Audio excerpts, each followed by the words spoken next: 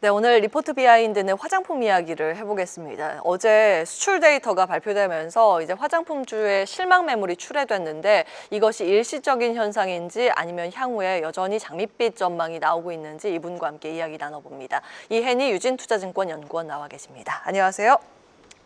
네. 자, 화장품 호실적에도 주가가 주춤했습니다. 눈높이가 높아서 그렇다고 보세요? 아니면 약간의 이제 관세 영향을 받는 수출 데이터 때문이라고 보세요? 우선은 말씀하신 대로 그동안에 이제 리스크들이 조금 많이 산재해 있었는데 네. 그게 높아진 기대치 대비해서는 이제 리스크들이 막 닥치니까 이제 하반기 모멘텀 대비해서 리스크가 더 클 거다 이런 식으로 조금 시장에서 생각을 하고 있는 것 같아요. 그래서 2분기 실적 이후에 지금 화장품 주가들이 영 힘을 못 쓰고 있는데 네. 여기서 말씀드리면 화장품 전체적으로 사실은 매출과 이익 둘 다 전년 대비해서 큰 폭으로 상승을 했었고요. 일부 종목을 제외하고는 이 실적 상승한 것 대비해서는 주가에 큰 반응이 없었습니다. 그 이유가 상반기 내내 저희 글로벌 수출이 굉장히 다각화됐고 중소형주들도 고성장 기대감이 반영되면서 밸류에이션이 이미 높아졌기 때문이다 이렇게 말씀드리고 있고 실제로 일부 기업은 영업이익이 전년 대비 엄청 성장을 했는데도 네. 주가는 오히려 10%씩 이렇게 빠지는 모습을 보였어요. 뭐 달바, 한국콜마, 코스맥스, 맞아요. LG생활건강 이렇게 좀 기대치 미달하면서 공매도 과열 종목으로 지정도 됐고 지금 단기적으로 좀 수급 불안한 게 주가를 좀 압박하는 모습이 나오는 것 같아요. 예. 그래서 2분기까지 좀 보시게 되면 전년 대비 성장하는 거는 당연한 거고 이제 컨센서스를 초과 달성을 했느냐 안 했느냐의 차이로 좀 주가가 네. 많이 갈렸고 예. 지금 시장에서는 2분기 분위기 이후에는 좀 흐름을 잘 타지 못하고 있다 이렇게 말씀드리고 있습니다. 여전히 계속해서 성장 국면인데 시장의 눈높이가 너무 높아져서 그것에 따른 반응이라고 보셨습니다. 그러면 앞으로의 이제 확장 국면이 우리가 기대하는 것만큼 폭발적으로 지금까지 보여준 퍼포먼스를 낼 수 있을까 여부가 중요할 것 같거든요. 여기에 대해서는 어떻게 보고 계세요?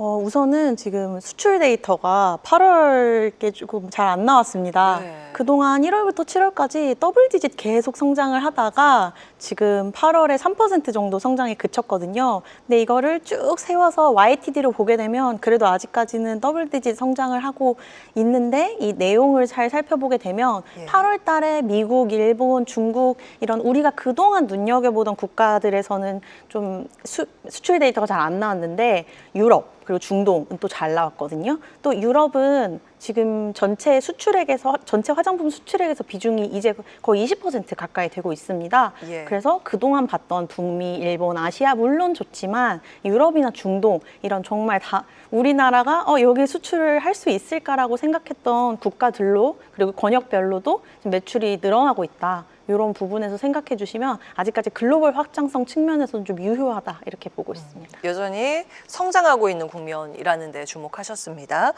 연구원님 최선호주를 또 APR로 보고 계신 것 같거든요. 그 이유가 또 있을까요? 사실 그동안 시장에서 화장품 섹터가 ODM 업체들이 조금 더 강세의 모습을 보였었는데 APR은 ODM은 아니죠. 브랜드를 가지고 있는 회사죠. 맞습니다. 예. 네, APR 같은 경우에는 지금 화장품 중에는 사실 시총이 가장 높아졌고 대장이라고 할 수 있는 종목인데요. 우선은 실적이 압도적으로 성장을 하고 있고 글로벌 시장으로도 확대가 되고 있고 밸류에이션도 최근 구간에서는 조금 완화가 됐고 수급도 조금 좋아질 만한 이벤트가 있어서 좀 4가지 정도로 이렇게 좀 주가가 상승할 만한 요인이 있다라고 말씀을 드리는데요. 2분기 매출 너무 잘 나왔습니다. 매출 110% 성장했고 영업이익도 200% 성장을 했고 이게 시장 기대치 대비 또 10%를 상회를 했어요.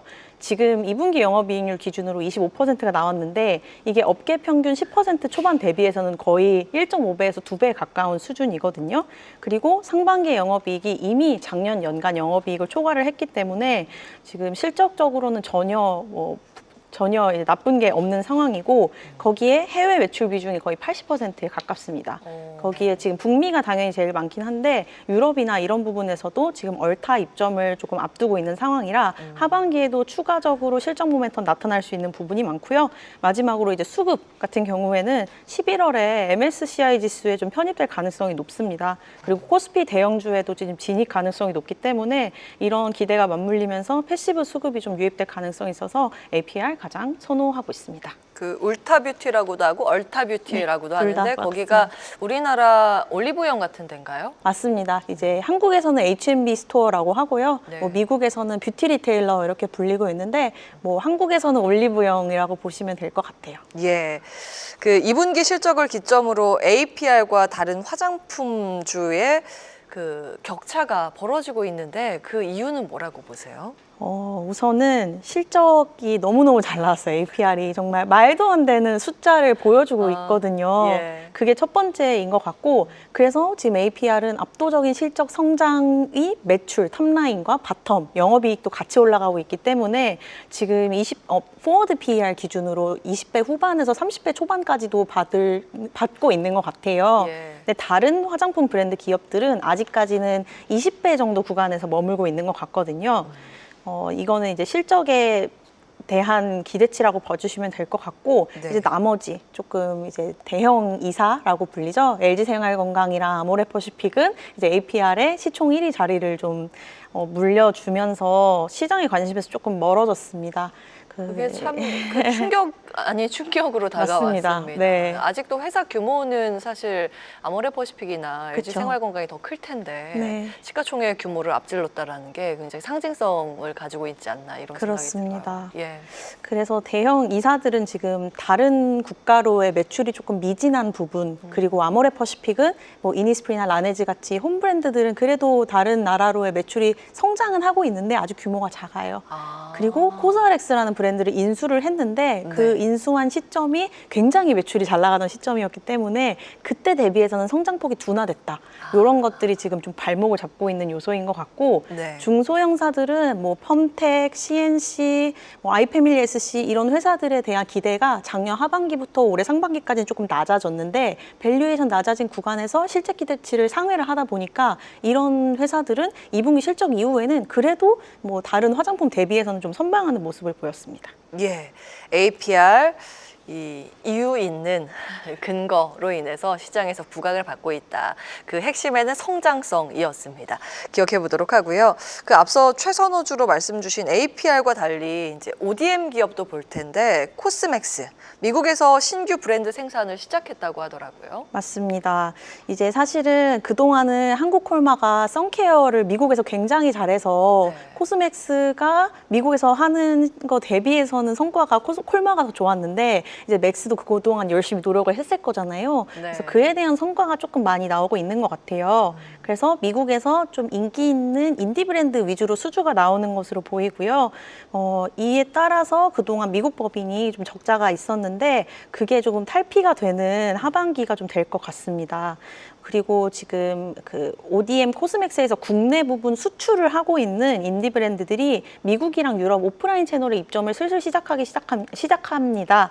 그렇게 되면은 오프라인 채널에 입점하는 물량을 다시 또 만들어야 되기 때문에 네. 이런 부분에 따른 실적 성장이 조금 기대되고요. 네. 중국 법인 같은 경우에도 그동안 적자였는데 최근에 조금 그 경기 회복 조짐이 보이면서 인디 브랜드들이 좀 수주를 할 가능성이 높아지는 것 같아요. 그래서 지금 주가 기준으로는 PER이 한 11배 정도 되는데 그 정도 되면은 밸류에이션 부담이 좀 많이 낮아졌다. 이렇게 말씀드리고 있습니다. 그런데 코스맥스 목표가 하향 조정하셨던데요? 맞습니다. 근데 괴리율이 좀 30% 이상 차이 나게 되면은 좀 시장 변동성을 일으킬 수 있어서 괴리율 낮추는 것 때문에 목표 주가 살짝 하향을 했고요. 네. 네, 밸류에이션 측면에서는 재진입 가능하다. 이렇게 말씀드리고 있습니다. 예, 이게 안 좋아서 주가가 내려갈 거라서 목표 주가 하향을 한 게 아니라 네. 그동안 시장에서 소외받으면서 주가가 떨어지면서 맞습니다. 원래 제시했던 목표가랑 너무 많이 차이가 나기 때문에 네. 요 조정. 그래서 30만 원 제시를 해 주셨습니다. 현재 주가는 20만 7천 원이기 때문에 재진입 가능 의견이었습니다. 자, 다음 종목은 한국콜마인데 미국 주요 고객사의 주문이 줄어들었다고 하는데 그 이유가 뭘까요? 우선은 미국에서는 그 주요 브랜드가 있었는데 그 브랜드가 글로벌 브랜드에 인수가 됐습니다.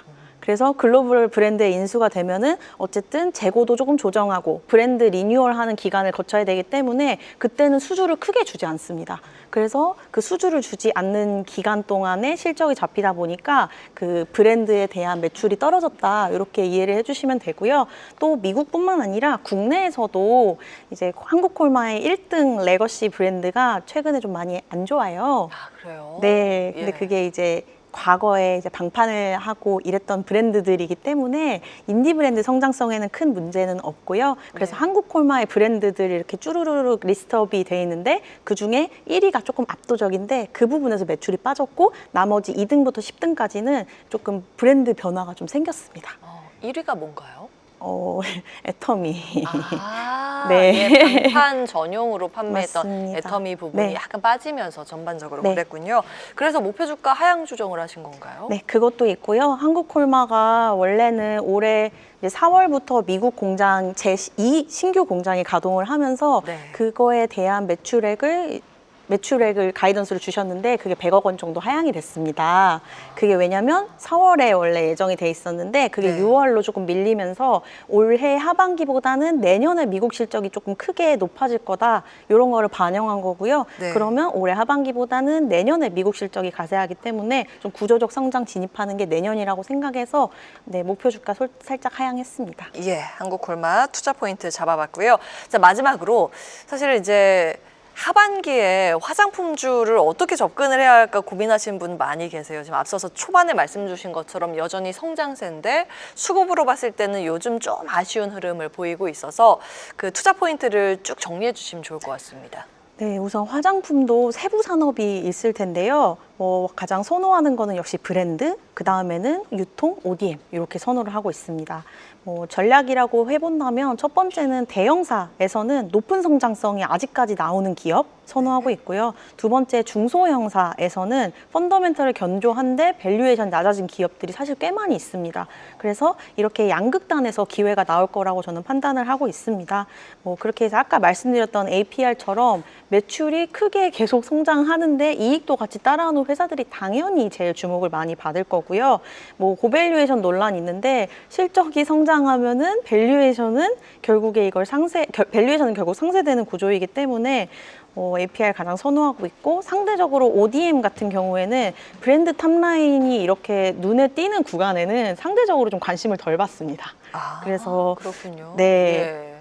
투자 선호도에서는 조금 밀려났지만 두 회사의 밸류에이션이 10배 초반대까지 떨어졌기 때문에 예. 내년 기준으로 봤을 때는 사실 지금 아직 조금 매력적인 구간에 도달했다, 이렇게 보고 있고, 예. 유통 같은 경우에는 이제 실리콘투 같은 회사들이 있는데 실리콘투도 10배 초반까지 내려왔더라고요. 언제 그렇게 내려왔대요? 네, 많이 내려왔습니다. 근데 예. 실적 같은 경우에는 지금 가이던스 주신 거는 1조에 1,700억 정도 영업이익 주시긴 했는데 그거 이미 사실은 상반기 곱하기 2만 해도 달성이 가능하거든요.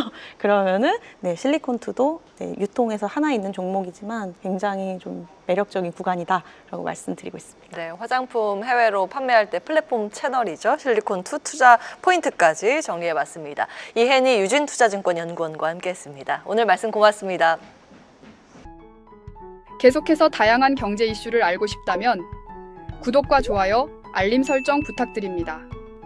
AI 캐스터 권미정이었습니다.